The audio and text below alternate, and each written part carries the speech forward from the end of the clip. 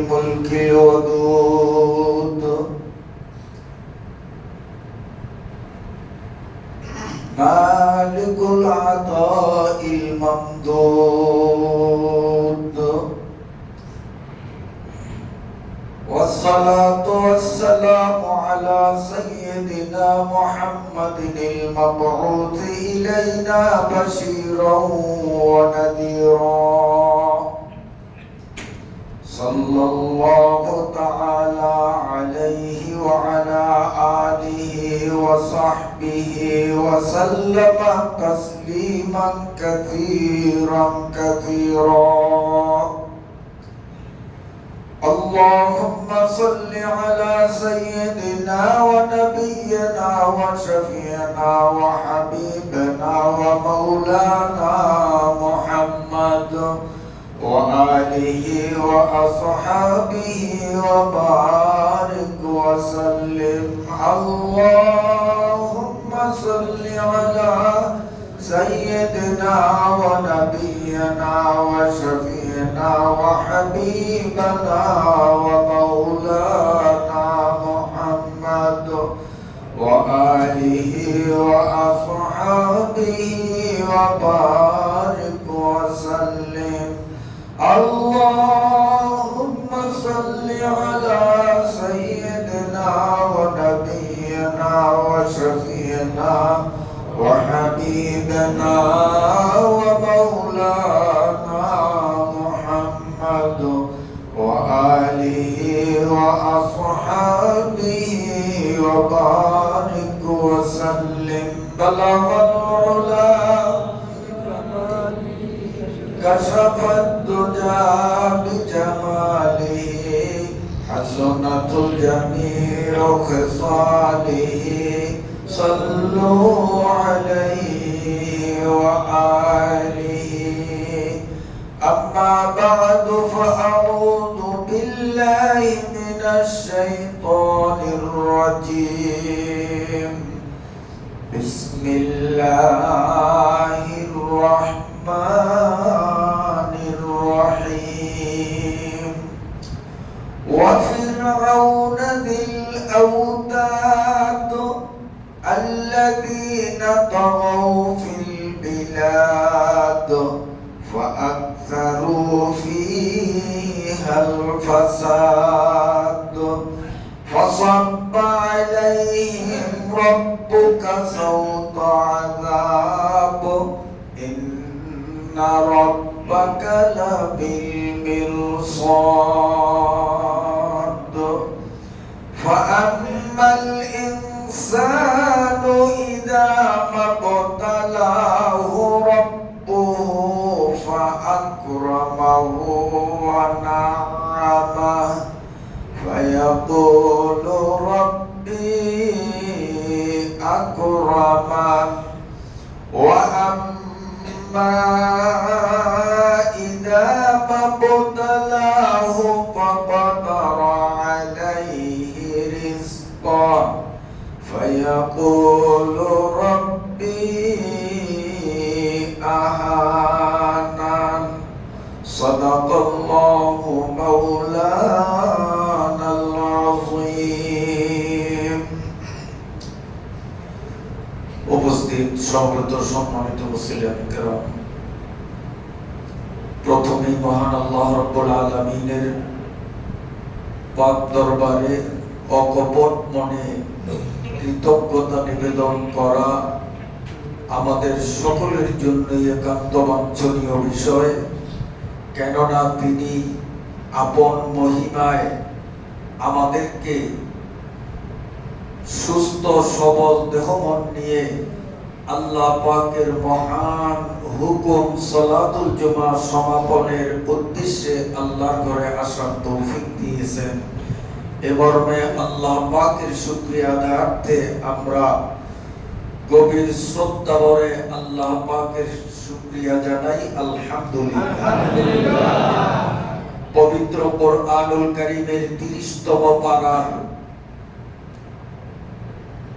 সূরাতু আল ফজর সিরিয়ালে 89 নম্বর সূরার গত সপ্তাহে আমরা প্রথম থেকে যথারীতি ধারাবাহিকতা অব্যাহত রেখে দশম আয়াতে এসে সময়ের সংকীর্ণতার কারণে অসমাপ্ত পর্যায়ে আলোচনাকে আমরা শেষ করতে বাধ্য হয়েছিলাম।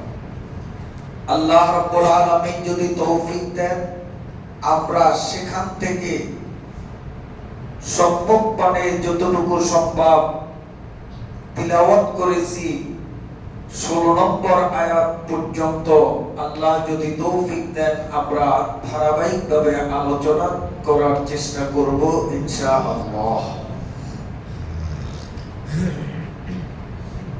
আল্লাহ রাব্বুল আলামিন আলোচ্য সূরার 10ম আয়াতে ফিরআউনকে গজালওয়ালা বলে অভিহিত করেছেন। ওয়াফিরআউনা যিল আওতাদ, তাকে গজালওয়ালা বলার পেছনে দুটি কারণ। তার একটি কারণ আমরা গত সপ্তাহে আলোচনায় এনেছিলাম। দ্বিতীয় আলোচনাটি করতে গিয়েই সময় সংকীর্ণতার কারণে আলোচনা পূর্ণতায় পৌঁছানো সম্ভব হয়নি। বলেছিলাম পাপিষ্ঠ ফিরআউন ইমানদার হযরতে বিবি আসিয়াকে বল প্রয়োগ করে অপহরণ করে তার হীন স্বার্থ চরিতার্থ করার জন্য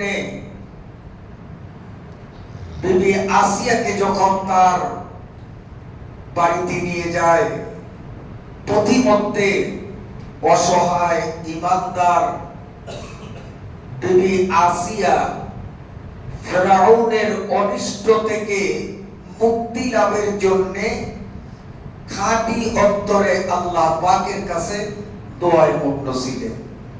আর আল্লাহ তো এমনই আল্লাহ, আল্লাহর কোন বান্দা যখন নির্মল অন্তরে শতভাগ বিশ্বাসী হয়ে আল্লাহ পাকের কাছে দোয়া করে, আল্লাহ কখনো বান্দার সেই দোয়াকে রদ করেন না, প্রত্যাখ্যান করেন না, আল্লাহ সেটাকে কবুল করেন।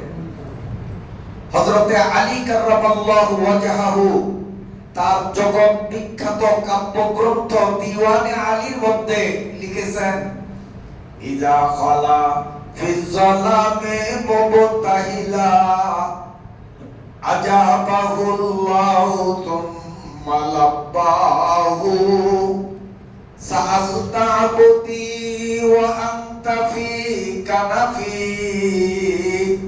ওয়া কুল্লামা কুলতা কাদ সামি'নাহু। মানুষ যখন নির্জনে একাগ্র চিত্তে আল্লাহ রাব্বুল আলামিনের কাছে নিজের মনের দাবিগুলো উপস্থাপন করে, আল্লাহ রাব্বুল আলামিন সেই দোয়াগুলিকে ব্যর্থ করেন না, সেই দোয়াগুলোকে আল্লাহ কবুল করেন। হযরতে আসিয়ার সেই আত্মবিশ্বাস শতভাগ, তাই তিনি আল্লাহ পাকের কাছে দোয়া করেছেন, আল্লাহ রাব্বুল আলামিন তার দোয়াও কবুল করেছেন। পাপিষ্ঠ ফিরআউন তার যৌন উদ্দীপনাকে নিবৃত করার জন্য বিবি আসিয়ার কাছে যখন গেল, যখনই তাকে স্পর্শ করত, আসিয়ার দোয়ার ফলশ্রুতিতে এমনই পরিস্থিতি হলো, আল্লামা শাইখুল আদিব এজাজ আলী রাহমাতুল্লাহি আলাইহি লেখেন, কুল্লামা আরাদা আন ইউজাবাহা তাখাশশাবাত আওয়াহু। যখনই ফিরআউন যৌন ক্ষুধা নিবৃত করার জন্য আসিয়াকে স্পর্শ করত, তখন আপাদমস্তক তার গোটা শরীর নির্জীব কাঠে পরিণত হয়ে যেত। নির্জীব কাঠের মধ্যে যেমন কোনো যৌন ক্ষমতা নেই, বিশ্ব সুন্দরীকে যদি এর উপরে বসিয়ে দেয়া হয়, এর মধ্যে কোনো যৌন সুশ্রী আসবে না। ফেরাউন যখন আসিয়ার কাছে আসতো তখন তার সারা শরীর এই কাঠের মতো যৌনতা শূন্য থাকতো। বিবি আসিয়ার সাথে জীবনে কখনো দৈহিক মিলন তার জন্য সম্ভব হয়নি। যখনই আসিয়ার রূপ থেকে বের হতো তখন আবার তার যৌনতা স্বাভাবিক অবস্থায় প্রত্যাবর্তন হয়ে যেত। আবার যখনই আসিয়ার কাছে যেত তখনই ওই দোয়ার বরকতে সে নির্জীব কাঠের মতো হতো। এই জন্য বিবি আসিয়ার সাথে সে কখনো দৈহিক মিলনে মগ্ন হওয়ার সুযোগ লাভ করেনি। বহুবার চেষ্টা করার পরেও যখন ব্যর্থ হলো তখন ফেরাউন নিশ্চিত যে ওর ঈমানি পাওয়ারের কারণে আমার উদ্দেশ্য তার কাছে আমি সফল করতে পারিনি, কাজী যে কোনো পন্থায় যে কোনো উপায়ে ওকে বেঈমান বানাতে হবে। এজন্য বিবি আসিয়ার উপরে অমানবিক নির্যাতনের স্টিম রোলার চালাচ্ছিল, বাধ্য করছিল তাকে যে মুসার খোদাকে বাদ দিয়ে ফিরাউনকে খোদা বলে স্বীকৃতি দেবে এবং ফিরাউনকে সিজদা করবে। এজন্য তার উপরে যার পর নাই বল প্রয়োগ করেছে।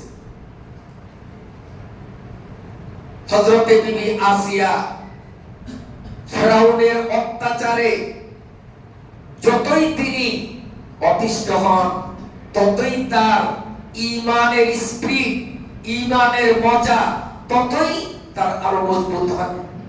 উলফত মে বরাবর হায় ফাহো কে জফাও, উলফত মে বরাবর হায় ফাহো কে জফাও, हर चीज में लज्जत आया कर दिल में बसाओ, ऐ दोस्तों अगर जा तलबी जा बतु बख्शम, वजजाचे अजीज अस्ते बबू आबतु बख्शा। দুইজনের মধ্যে যদি সম্পর্ক ভালো থাকে, এক বন্ধু আরেক বন্ধুকে যদি এভাবে কিল ঘুষি মারে তারপরেও সে খেল করে হাসে, মজা লাগে। আর আরেকজনের সাথে তার সম্পর্ক ভালো নয়, সে কিল ঘুষি থাপ্পড় মারা লাগে না, শুধু তার দিকে চক্ষু উঁচু করে যদি একটু তাকায় তখনই সে রাগান্বিত, ও আমার দিকে তাকাইলো, কি ব্যাপার আমার দিকে চোখ উঁচু করে তাকাইলো, সহ্য করতে পারে না। আর বন্ধুর কি খায়ও হাসে।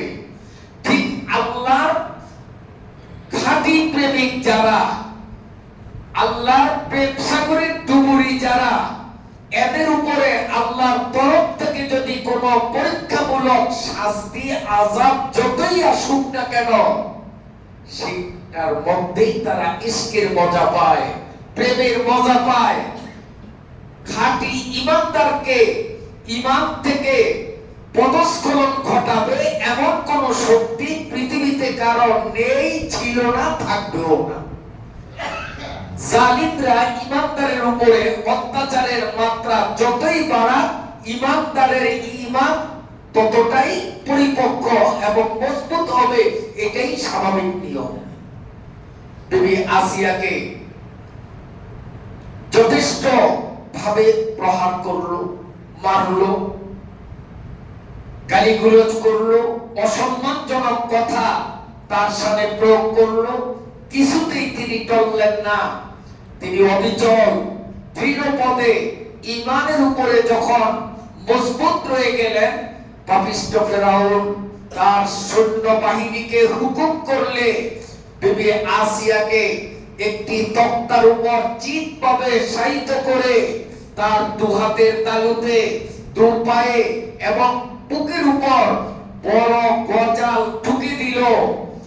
এরপরে বিবি আসিয়াকে গরম তেলের কড়াইয়ের মধ্যে নিক্ষিপ্ত করে তার জীবন লীলা সাঙ্গ করলো, আল্লাহ রাব্বুল আলামিনের সাথে মেলার মতো পথ প্রসারণ করে দিল। ওয়ালা তাকুলু লিমান ইউক্তালু ফি সাবিলিল্লাহি আমওয়াত বাল আহইয়াউ ওয়ালাকিন লা তাশউরুন। ঈমানের উপরে অবিচল থাকতে গিয়ে হকের পক্ষপাতিত্ব করে কোন মানুষকে যদি বাহ্যিক দৃষ্টিতে আমরা মৃত্যুবরণ করতে দেখি, আল্লাহ রাব্বুল আলামিন আমাদেরকে কঠোর ভাষায় হুঁশিয়ারি করে বলতেছেন, খবরদার তাকে তোমরা মৃত বলবে না, সে মরা নয়, বাল আহইয়া, সে জীবিত। শহীদ কখনো মরে না, শহীদরা অমর, তারা জীবিত। যেই অবস্থায় তাদেরকে শহীদ করা হয়েছে কিয়ামতের ময়দানে, ওই অবস্থায় শহীদ আল্লাহর আদালতে উঠবে। শহীদ কখনো মরে না। তো পাপিষ্ঠ ফেরাউন যেহেতু তার দৃষ্টিতে বড় অপরাধী হলো ঈমানদার, আর ঈমানদার ঈমানের উপরে অবিচল থাকতে গেলেই ফেরাউনের সিস্টেম ছিল, পদ্ধতি ছিল, তাকে তক্তার উপর চিৎভাবে শায়িত করে তার শরীরের মধ্যে প্রাণ ঢুকে তাকে হত্যা করত। এই জন্য আল্লাহ রাব্বুল আলামিন আমাদেরকে স্মরণ করিয়ে দেন, ওয়া ফিরআউনা দিল আউতাদ, ও দুনিয়ার ক্ষমতাসীন মানুষরা, হে দাম্ভিকের গোষ্ঠীরা, তুমি কি পরিমাণ দাম্ভিক হয়েছো, কি পরিমাণ ক্ষমতার মালিক হয়েছো। তুমি ইতিহাস চর্চা করে দেখো, অতীতকালে ফেরাউন নামে এক স্বৈরাচার ছিল। এই স্বৈরাচার ঈমানদারদেরকে শায়েস্তা করার জন্য তাদের সারা শরীরে প্রাণ ঢুকে মারত। এত বড় জালিমরাও আমি আল্লাহ যখন সাইজ করার সময় হয়েছে মনে করলাম, আমি আল্লাহ ফেরাউনকে সাইজ করতেও ওয়ান্টুর ব্যাপার ছিল না, তাকে আমি সাইজ করছি। এত বড় শক্তিধর, এত বড় ক্ষমতাবান, এত বড় স্বৈরাচার আমি আল্লাহর গজবের সামনে টিকতে পারিনি। তাহলে তোমরা সেই তুলনায় কিছুই না। তোমরা তওবা করে এই জুলুমের পথ, ফিতনা ফাসাদের পথ, স্বৈরতন্ত্রের পথকে পরিহার করে সঠিক পথে কেন তোমরা আসছো না?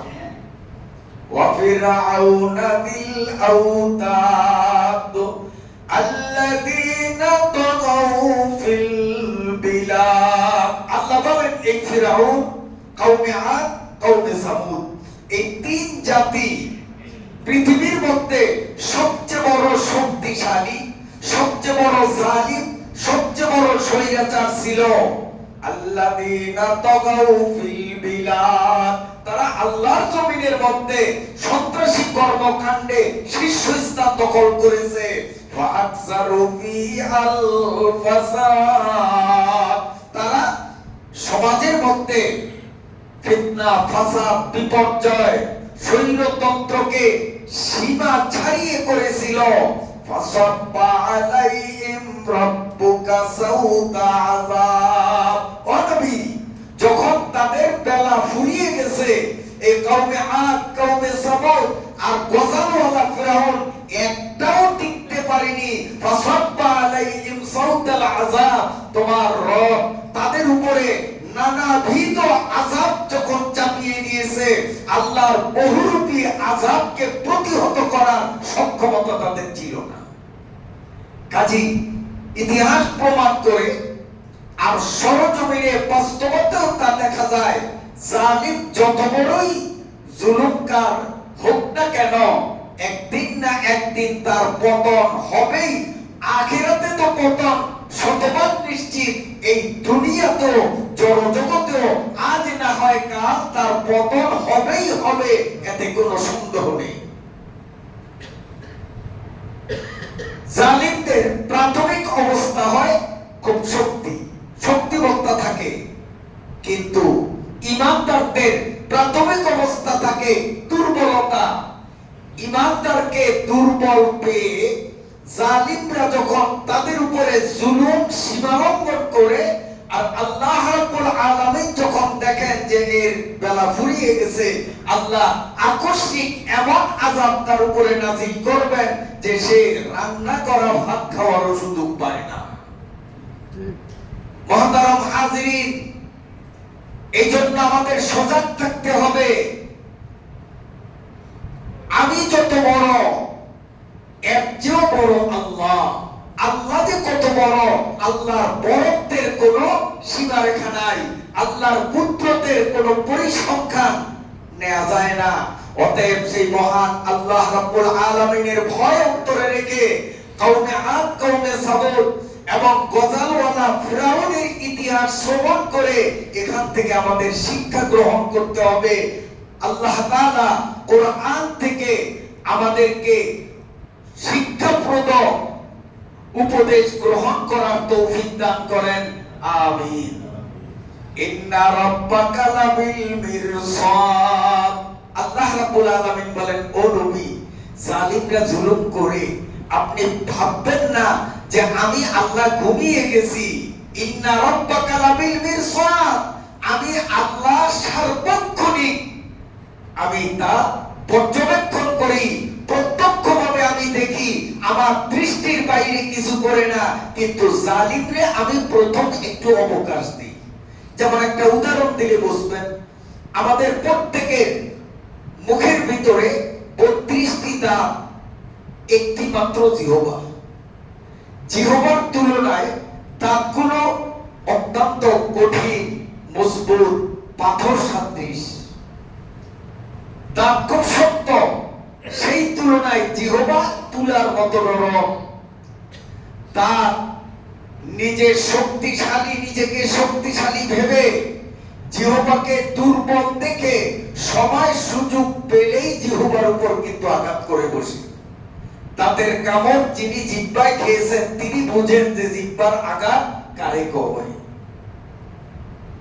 জিহ্বা দাঁতের আঘাতে অত্যাচারিত হওয়ার পর পৃথিবীতে এমন কোন ইতিহাস খুঁজে পাওয়া যাবে না যে জিহ্বা পাল্টা তার প্রতিশোধ নিয়েছে, দাঁতের উপরে প্রত্যাঘাত করছে, এমন কোন ইতিহাস নাই। জিহ্বা বেচারা সবর করে, ধৈর্য ধারণ করে আল্লাহর কাছে বলে, আল্লাহ এই জালিমের জুলুম আর সহ্য হয় না, আল্লাহ জিহ্বাকে সান্ত্বনা দেন, তুমি দুর্বল। তবে শেষ পরিণতিতে ওই সবল জালিমের পতন আর তোমারই হবে বিজয়। তার বাস্তব প্রমাণ বয়োবৃদ্ধির কারণে 60-70 পার হলেই এক এক করে বুকের দাঁত খসে যায়। এমনও মানুষ আমাদের সমাজে আছে 32টা দাঁতের একটাও তার মুখের মধ্যে বিদ্যমান নাই, সব কয়টা ঝরে গেছে।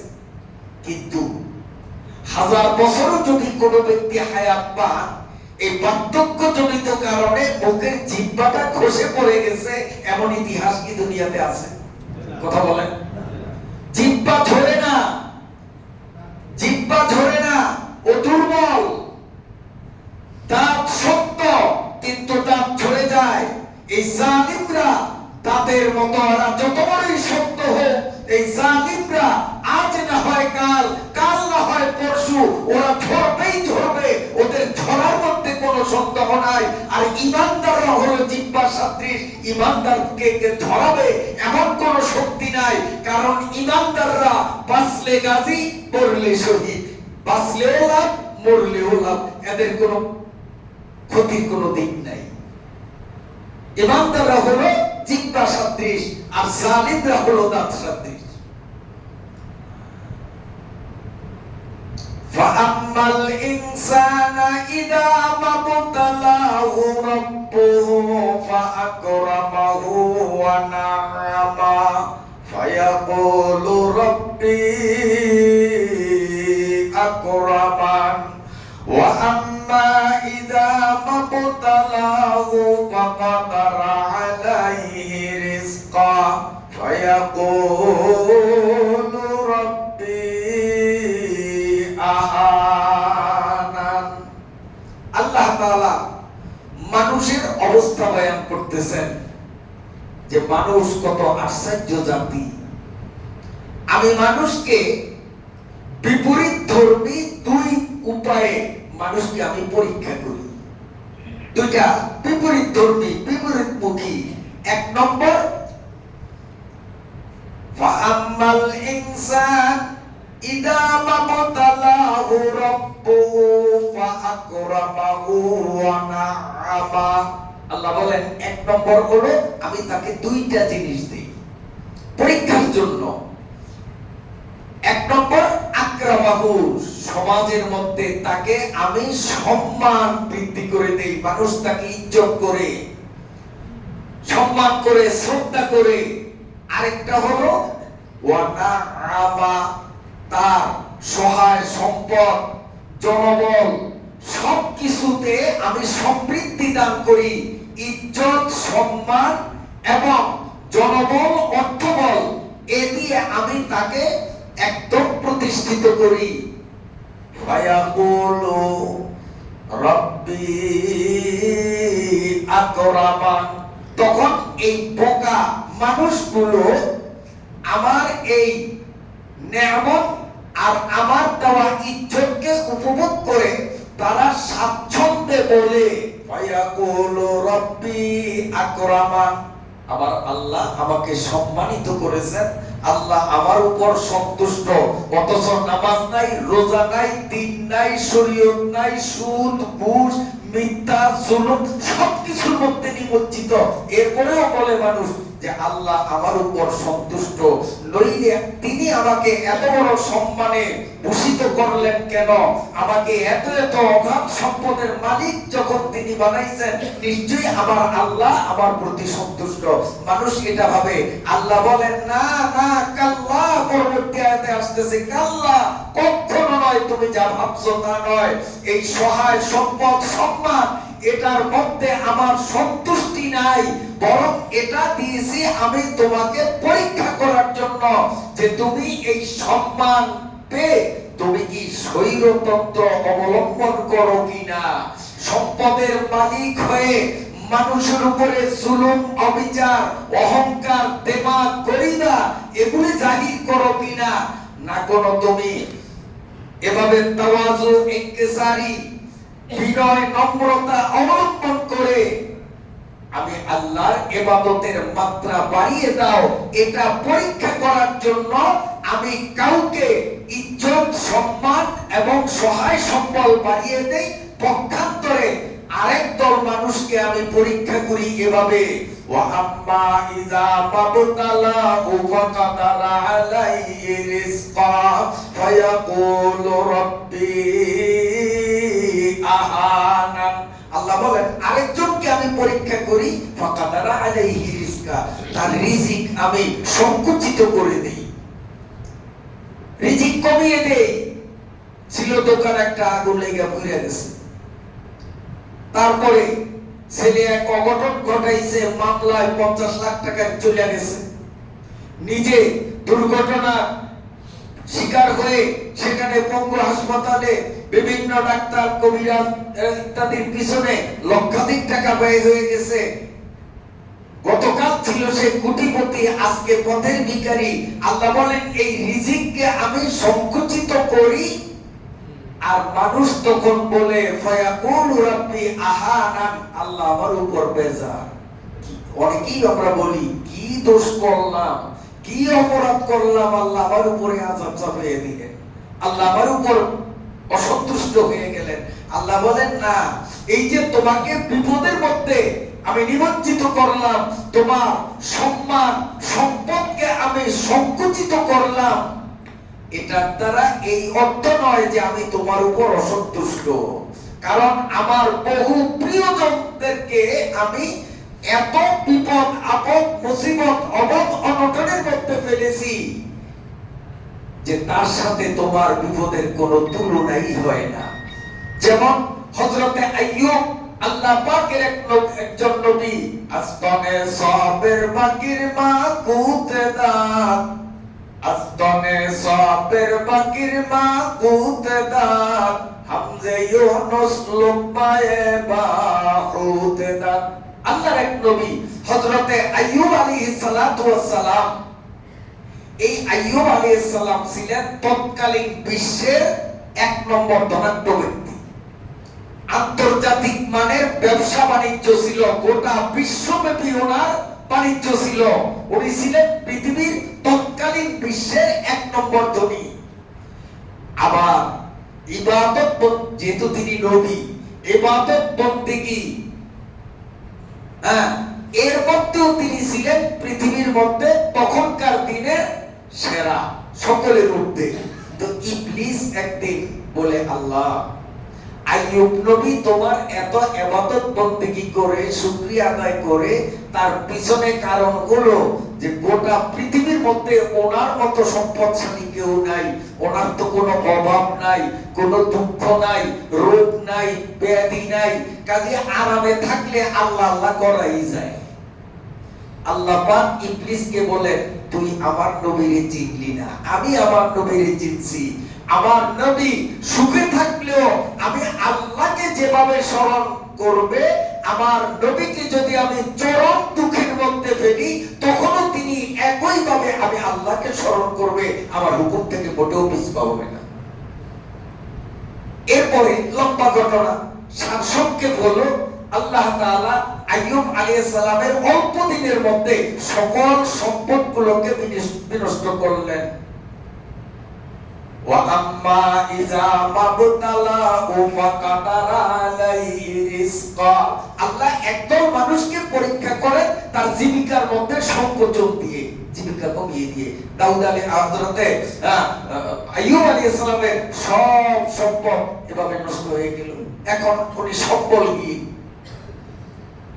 কিন্তু তখনও তিনি ইবাদত বন্দেগীতে শতভাগ অটল। আল্লাহ বলেন, কিরে পাপী ইবলিস, কেমন দেখলি? কে আল্লাহ বুঝছি, টাকা পয়সা নাই, বাড়িঘর নাই, আগে দালানো ছিল এখন ঝুপড়িতে থাকে, কিন্তু শরীর খান তো ভালো। যদি একটু অসুখ বিসুখ হইতো তো বোঝা যাইতো যে আপনারে কদ্দুর স্মরণ করে। আল্লাহ তাআলা আইয়ুব আলাইহিস সালামের শরীরে এমন রোগ দিলেন, আজদনে সা বেরবাকির মা কুতে দাত হামজে ইউনুস লোকমায়ে বাহুতে দাত, সারা শরীর পচে গেল, অসংখ্য পোকা কিলবিল করে ওনার সারা শরীরের গোশতগুলোকে খেয়ে সাবার করলো, হাড্ডি সারা শরীরে কিচ্ছু নেই। কিন্তু আইয়ুব আলাইহিস সালাম এক সেকেন্ডের জন্য ফায়াকুলুল ইনসানু রাব্বি আহানান, আমার আল্লাহ আমার উপর অসন্তুষ্ট, এই কথা তিনি বলেননি, বরং ওই সময়েও তিনি সবর করেন যে আল্লাহ তুমি যতই বিপদ দাও আমি বিপদের মধ্যে পড়েও তোমাকে ভুলবো না। যখন আমি সুখী ছিলাম তোমার শুকরিয়া আদায় করেছি, এখন বিপদে পড়েছি আমি ধৈর্য ধারণ করেছি। সারা শরীর খেয়ে একটা পোকা যখন জিহ্বার গোড়ায় কুট করে কামড় মারলো, হযরত আইয়ুব আলাইহিস সালাম তখন উহ বলে চিৎকার মারলে আল্লাহ বলেন, কিরে আইয়ুব, সবর কি শেষ হয়ে গেল, অধৈর্য হয়ে গেল? আইয়ুব আলাইহিস সালাম বলেন, আল্লাহ আপনি তো জানেন আমি অধৈর্য হইনি। কত উহ বললা কেন? উহ বলছি এতক্ষণে আমার পা, হাত, চেহারা, মাথা, পেট, পিঠ, পাঁজর সব পোকায় খাইছে, উহু বলি নাই, কারণ জিহ্বাটা আমার সচল ছিল। এই জিহ্বা দিয়ে আমি আল্লাহ আল্লাহ বলে আপনাকে স্মরণ করতাম, এখন এই জিহ্বাটাও যদি পোকায় খেয়ে সাবার করে তা আমি আপনাকে ডাকবো কি দিয়ে? আমি সেই জন্য উহু বলছি, আমি ব্যথায় কাতর হয়ে উহু বলিনি যে আমি আল্লাহকে ডাকবো কি দিয়ে, আমার জিহ্বাও যদি খেয়ে ফেলে। তা আল্লাহ বলেন, আমি মানুষকে দুই বিপরীত ধর্মী জিনিস দিয়ে পরীক্ষা করি, একটা হলো সম্মান আর ধনবল জনবল, আরেকটা হলো তার সম্মান খর্ব করা এবং ধন সম্পদ এবং আত্মীয় স্বজন, এদেরকে আমি সংকোচন করিয়া মানুষকে আমি পরীক্ষা করি। তাহলে এই যে রিজিক কমাইলাম এটাও আমার অসন্তুষ্টির কারণ নয়, আবার রিজিক বাড়াইলাম এটাও আমার সন্তুষ্টির কারণ নয়। আমার সন্তুষ্টি আর অসন্তুষ্টি হলো যেই বান্দা আমি আল্লাহর হুকুমকে শিরোধার্য মনে করে আমার হুকুমের সামনে অবনত শিরে সব সময় আমাকে স্মরণ করবে, আমি তার উপরে সন্তুষ্ট, চাই সে সুখী চাই সে দুঃখী। আর যে আমার হুকুমকে অমান্য করবে, স্বৈরতন্ত্রকে অবলম্বন করবে, জুলুমের পথকে বেছে নিবে, সে যত বড় শক্তির অধিকারী হোক, যত বড় সম্পদের মালিক হোক, আমি আল্লাহর দৃষ্টিতে সে সবচেয়ে নিকৃষ্ট, আমি তার উপরে অসন্তুষ্ট।